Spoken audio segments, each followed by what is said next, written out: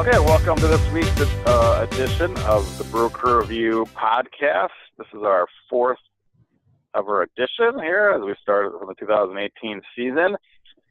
With me today is Scott Bartell, Great man. Travato. Hi, guys. Hey, Craig. How are you?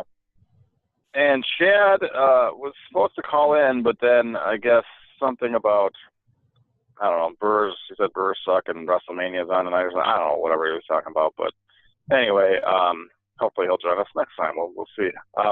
But thanks for being here, guys. And before we get into our first topic, which will be just kind of our thoughts on the past week, I'll give a quick recap for our viewers in case you are fortunate enough to just not be paying attention this week. The Brewers open up their first homestand of the season, opening day, of course, against the Cardinals, a 3-game set. They lost 2 of the 3 games there, and then the 4-game series against the Cubs, they also lost 3 of those 4 games as well. Over the course of the week, we also lost to injury, basically 2 of our best players. Christian Yelich is injured, and more importantly, or for possibly a longer period of time, most likely, Corey Knebel, our star closer, has a strained hamstring and should be out a minimum of 6 weeks, possibly longer. And plenty of positive things to talk about there. Who wants to start off? Craig, I think that you jinxed the Brewers last week when you brought up Corey Knebel needing a potential replacement, because all of a sudden a guy who had not missed a ton of time with injuries last season was injured, I think, that very night. So, yeah, that's going to be a pretty tough blow for the Brewers. I know that we've got a couple in-house candidates between Barnes and Jeffers, and it looks like we're going to go with Jacob Barnes as our closer if last night's game against the Cubs is any indication. I think that Barnes pitched better than his results yesterday indicate. He seemed to, unfortunately, not get much support from our infield, who committed, 3 errors in the bottom of the 9th yesterday as they blew a 2-1 lead and ended in a 5-2 Cubs victory. But it looks like Barnes is going to be the guy that let Jeffers have closing experience in Brewers uniform a few seasons ago. Scott, what's your take on this week's activities for the Milwaukee Brewers? Well, it wasn't a great week to be a Brewer fan, I guess. On the plus side, we have bullpen reinforcements now. We have what they called up Hauser, Hoover, Williams. So they're throwing anything they can at it. And we are still a 500 team. So we're a 500 team that hasn't really done anything particularly well yet. I guess I would say that the bullpen has done a pretty good job so far, although, like Vince said, the defense kind of let them down yesterday. But other than that, we're kind of scratching the surface of our potential. We really haven't done much yet. Okay. That's a positive way to look at it. Haven't really tapped into our potential that we have as a team yet. Yeah, that could be accurate. Obviously, a week ago at this time, the Brewers are 3-0 after sweeping the lowly San Diego Padres on the road. So we were thinking very positively going in the first homestand against 2 of our biggest division rivals. And let's see, this week we were not able to hit as we got shut out in 3 of the 7 games. We were not able to field as we had, I believe, 12 errors in 7 games. Pitching. We weren't all that good at that either. Let's see. Julio Chacin, not so good. Chase Anderson, the 2 starts he had this week, 1 not so good, 1 okay, but we didn't win. He didn't pick up a win in either of them. The Brewers' 2 wins, if you want to put a positive, were walk-off wins. Awesome. Including Christian Yelich and Ryan Braun going back-to-back on Tuesday against the Cardinals, and becoming the first game in Major League Baseball history that started off with back-to-back home runs. I think it was Dexter Fowler and Tommy Pham for the Cardinals, and then also ending in back-to-back home runs. Christian Yelich, of course, the walk-up by Ryan Braun, his second walk-off, go-ahead game-winning home run of the season. However, in our other win against Cubs was a walk-off too, so that's nice. However, since those games were also very close, the Brewers came very close to losing both those games as well, and possibly having a more disastrous first homestand. So, as it stands, like you said, Scott, you pointed out we're 5-5. That's 500. It's At least we're not under 500 so far. However, there's many, many concerns I have going forward with the team.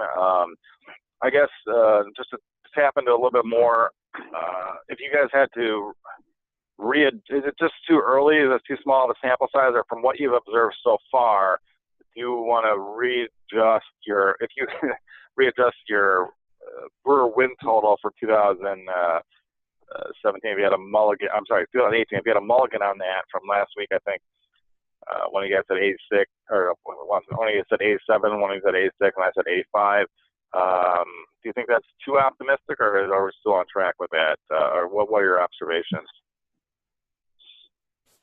Well, I am the one that said 86 wins. I would still stick with that. It's too early in the year, I think, to really be making any wholesale or drastic changes in those types of predictions. But, certainly we need to step it up in a number of different facets of the game. I'm going to stay steady, though, with the 86 because I don't think that our defense is going to be quite as bad as we saw in this last homestand.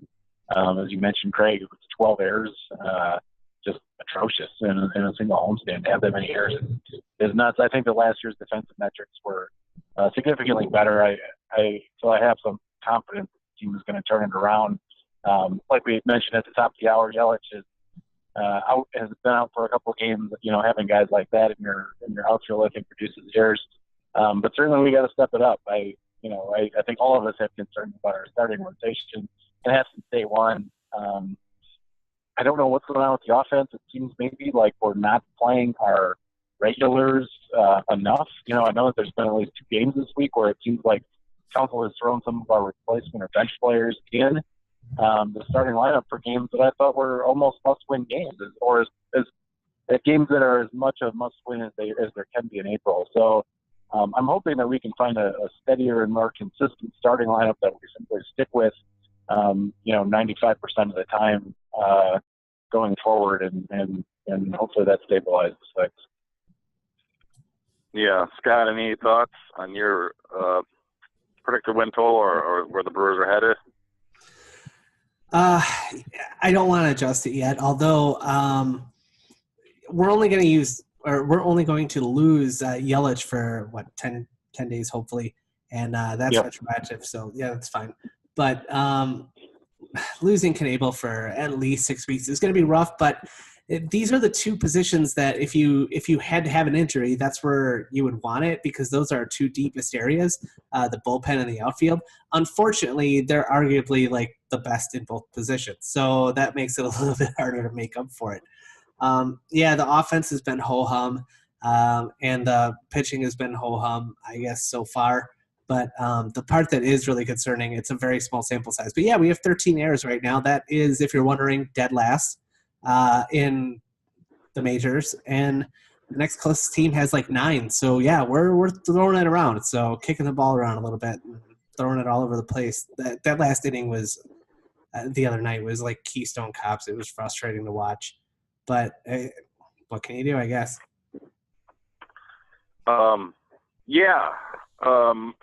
I guess I'll start there with the errors. Let's see. I think, and Vince happened to be in town this week to attend some of the games. I know, besides opening day, Vince had attended Thursday. I actually attended Wednesday night's game, and the Brewers scored no runs that night and had 3 errors. The next night, Thursday night, I believe, Vince was able to attend that game. They also scored no runs and had 3 errors. These are concerning. The errors are unacceptable. That's 6 errors in 2 games. We had 12 errors over the course of a 7-game homestand. I, as a Brewer fan, have seen tons and tons of terrible Brewer teams through the years and pretty shoddy defense. Do not remember a stretch or a homestand for sure that there are that many errors in that short period of time. That's totally unacceptable. You can chalk it up to being early in the season or whatever, but that's totally unacceptable. And I don't know if that's going to be an issue with the entire team going forward, or if this is just everyone had a poor spring, or if there's a coaching issue. But this is not acceptable, period, going forward. Number 2, our offense. I'm very happy with Kane and Yelich atop the lineup. I think they're great there. Obviously, we'll miss Yelich when he's out. Braun, if he can stay healthy, is going to be great. I don't want him to get quite as many days off as Counsell's giving him because he is still arguably our best hitter and needs to be in the lineup, especially against division rivals like the Cubs and Cardinals every single game he's available, in my opinion. Shaw, I've got no qualms with either. But then, so that's our number 1 through 4 in our normal best lineup. Now, if you look number 5 through number 8 spots, besides Arcia, I have very many concerns with the rest of the spots. I guess I'll just say that. Guys are just, especially our second base hole. Santana, I think, will struggle a little bit without getting regular at-bats. Obviously, the catching, who knows, with Vogt out, I think, we can't expect much offensively out of that position. And it's just, even first base, when Thames is in, he's been hitting decently, but I don't know. I have concerns with the lower portion of our lineup for sure. And then just a quick hit on the pitching. Hasn't changed since last week. I mean, I have faith that Chase Anderson is a really good pitcher, and I think Kyle Davies, it's hit or miss, but he can really throw some quality innings. Outside of that, our hopes for, Chacin, Suter, and Woodruff in our filling our rotation, I think, are. I think those guys all of them need to step up a little bit going forward, and I guess I'll just wrap it up by saying, yes, having now Knebel out, our best bullpen pitcher by far, coming off a career year, and then also our best pitcher from the surprising 2017 for Jimmy Nelson, also out for at least both of those guys. You can pretty much expect almost out until June now at the very, so you're talking about the first third of this Milwaukee Brewers 2008 without their best pitcher in the bullpen, their best pitcher in their starting rotation. And I do have some concerns, and we're 500 right now, and I would have to hate to say, but I predict us 85 wins, and right now we look like a 500 team at best. And again, I don't want to overreact with just his first week, but I think Counsell needs to stop with so many different lineups and go with their best lineup, and also figure out which guy he's going with in the bullpen to be our closer. If it is Barnes, great, but I wouldn't keep throwing different guys in there. We'll see going forward. So, yeah, that's a good assessment, Craig. And it seems like some of the guys really were hoping by that turnaround season. They're not doing much yet either. Jonathan VR has still not really stepped up to the plate at second base. Hernan Perez has not hit well at all. I think got one hit on the year. Eric Sogard, I think, has one hit on the year. We've just got a team that is not stepping up offensively whatsoever. No, and I hate to say it, but I mean, we have some nice outfield / first base depth. Obviously, Jesus Aguilar, I should say, is still on the team because of so many guys having to go on the deal or whatnot. But I mean, how are we going to get him at bats with Thames and Braun playing at first too? There's definitely some concerns there that Stearns has left Counsell with this lineup, this roster that he feels that he needs to get guys in there, especially at the beginning of the season, to kind of get them off the ground, so to speak. And I guess it sucks. Our first homestand was against the Cardinals and Cubs. I would rather have hit them like a month of the season when we're firing on all cylinders or something like that, because I think that it's hard for me to go forward thinking that we're going to finish ahead in the standings of the Cardinals or the Cubs after that homestand, unfortunately. And that really leads some credence for us being able to stay in contention for one of the wild cards. There's just no doubt the Cubs are the best team in this division, and the Brewers. We said that going into last year too, and the Brewers surprised everyone. And we'll see what happens, but the Brewers definitely need to right the ship rather quickly. So Scott, if you have anything else to add to that, you wanted to also have a little segment here talking about and us making some comments on who's hot, who's not. Yeah, I think it'd be a good segue just because you guys have, you've touched base on it a little bit already. So it's been kind of interesting, but let's try to, we'll try to start with the positives here a little bit. Yelich is very, very hot right now with the slight problem of being on the DL, but he's definitely in a good so I don't actually, is that positive? No, our best hitter's on the DL. No, that's not positive, but he was doing great. Thames is actually in somewhat limited at bats. He's still not. He's only hitting like 240, but he's already got 3 bombs. So hats off to him. And as you mentioned, Aguilar's he's having a tough time getting at bats, but he's making the most of them. He is, so he's getting on base and getting a couple knocks. So, but yeah, other than that, there's just other than the clutch hitting that we had with Braun and Arcia, there has not been much hitting wise. Not a lot of hot players there. But now let's talk about the cold players. There's a few. I just want to rattle this off, and then we'll talk about the pitching in a little bit. But just so you guys can maybe just speak to this a little bit.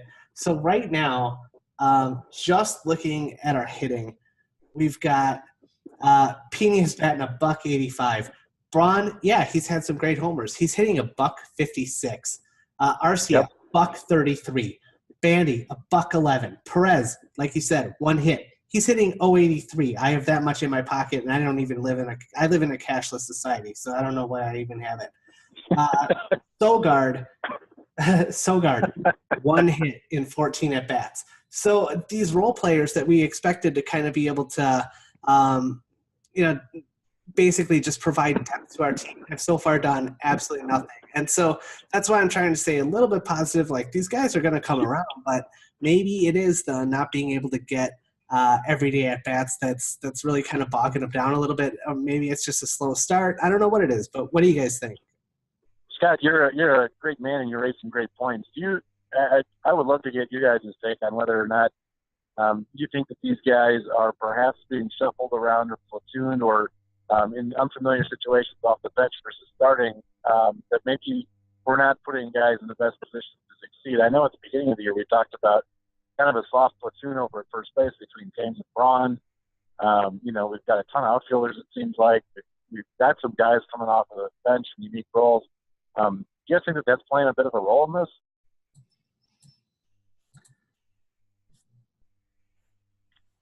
I think it Scott, has do you want to chime in?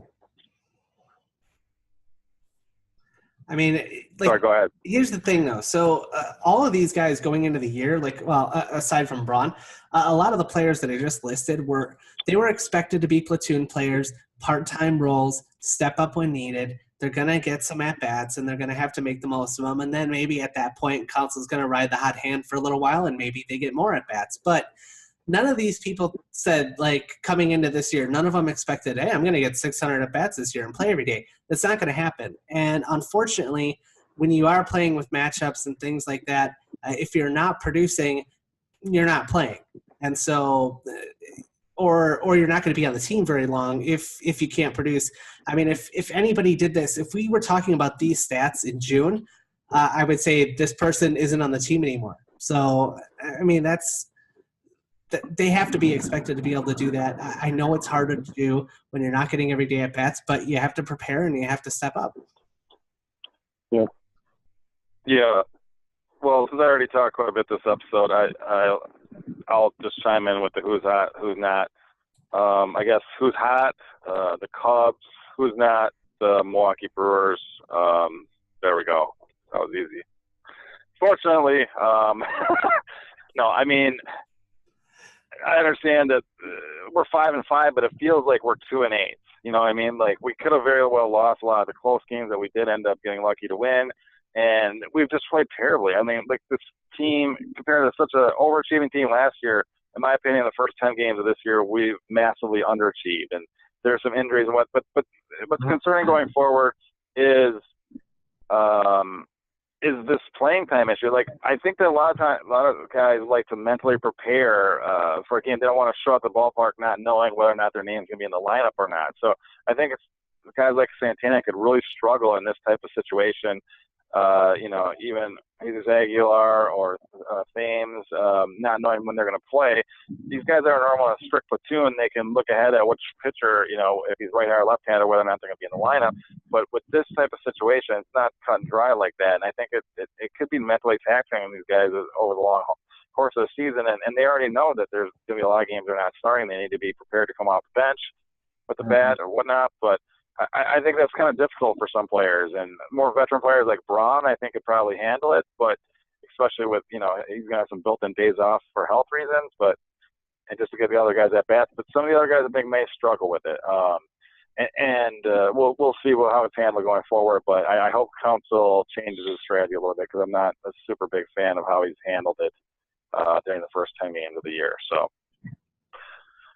all right, well, we kind of have to wrap up this podcast. Craig, let me rip through the pitchers really, really quick then, because this will be pretty easy, because it's such a small size. Like, there's not, who's ever, whatever, it is what it is. But go for it. A lot of contributors in the bullpen. I mean, is there any starter that you would say is hot right now? Chase Anderson, maybe, but that's about it. Yeah, no. Anderson's been decent. He was stellar in his first outing against the Padres, and I would say decent, his other two starts. Yeah, Matt Albers is actually, he's only thrown a few innings so far, but he's done a really great job so far. He hasn't even given up a run yet. Obviously, I think we're all in agreement that one of our best pitchers is Hernan Perez. I think he only threw one pitch, but he got down. He could wind up being perfect all year. He's that good. It's been good, yeah. But Jeffers and Hader have pitched absolutely great. Barnes, he got knocked around, but that wasn't really his fault so much. They've all pitched pretty well. And then after that, it looks a little bit rough. Knebel was doing so hot. Yeah, Jeffers has pitched very well so far. Jeffers has been really solid so far. Now, Knebel, obviously, he wasn't even pitching that great before he got hurt, but obviously he got hurt pretty quick. He only threw a couple innings. So, Chacin and Suter haven't really been able to do much yet, and we really need those guys to step up, or else we're going to have a hard time hitting 500. Yeah. I agree. And there's really no one that's standing out as hot as a pitcher. Like some of the guys you mentioned, great starts. It's such a small sample size. No one's been throwing shutouts to the Brewers, or even if they had been, the team's not scoring at all anyway. So we're not firing on all cylinders of the team. And I guess at this point, we could just leave this episode by saying we're fortunate to be 5-5, and hopefully we can springboard in a positive direction going forward, because that was just a homestand that could come back and haunt us. If indeed we crawl back in contention, we'd look back at this and be like, wow, it would have been nice to have a couple more of those games against those teams. But anyway, let's I guess it's one of those moving forwards, and hopefully you can wipe this from our memory pretty quickly, and hopefully they go off into St. Louis here on the road to begin this next week and maybe get a little bit of revenge right away. So we shall see. But before we wrap up this episode, this is just Vince actually has some breaking news, not necessarily related to the Milwaukee Brewers, but in his own personal life, some breaking news. Yeah. So Scott, didn't get a chance to tell you because you don't live in Wisconsin, but I got a chance to get together with Craig for some pregame wings on Wednesday night at Rounding Third on Blue Mound Road, and I'd like to thank them for their sponsorship. But broke the news that I got engaged to the lovely Lauren. So you'll get to meet her in person, Scott, but looking forward to having you introduced at some point in the future. Oh, wow. Nice. Congrats, man. Thanks, man. So, all of our viewers are going to be very excited, hopefully, to hear the news. But we got a chance to tell Craig in person. So that was pretty cool on Wednesday night. This is probably bad. We only have 20 followers on Twitter, and I think we might lose some now. Vince might be breaking some hearts here. Not being really available anymore. So. Fortunately, she just liked our Facebook page, so that's kind of exciting. She told me that. So we're currently in Western Pennsylvania, driving back to Washington, D.C., and she wiped our Facebook page. So we're at least gained one fan, so that's nice. Yeah, and Scott, congratulations first of all to Vince and Lauren. Wish both of you guys the best. But Thanks, guys. well, what I will say, Scott, you haven't met Lauren yet, but I can guarantee you will like her. Not only does she love puppets like you do, Scott, but her two favorite shows of all time are Flight of the Conchords and the Brooker Review. That's true, actually. That is Oh, very wow. We have So, one of two in common. I love Flight of the Conchords. true. And her favorite scene from Brooker Review, the movie, was you with the puppets, Scott. So that is pretty exciting. So we definitely gained a groupie. That's good. Yeah, Brooker Reviews is probably in my top 20 for sure. Maybe top 10. I don't know. I would have gone with Always Sunny maybe, or Arrested Development, something like that. But Well, that's good. Well, she's a big fan, so we're very excited that this podcast is going again. This is awesome. all right, well, that is such exciting breaking news. Definitely happy for both Vince and Lauren, and hopefully maybe we could have some type of bachelor party out in Vegas for you. That way Scott can actually attend if he's willing to. Scott, are you willing to drive from your house in Henderson to the Vegas Strip to meet us? I don't know. Anyway, we might be able to pick you up. maybe. Anyway, maybe we can plan something out in the future. Scott loves to drive. He's definitely Exactly. a driver, yeah. Maybe Stephanie could drop you off. That'd be awesome. All right. Well, anyway, until next time. Go Brewers.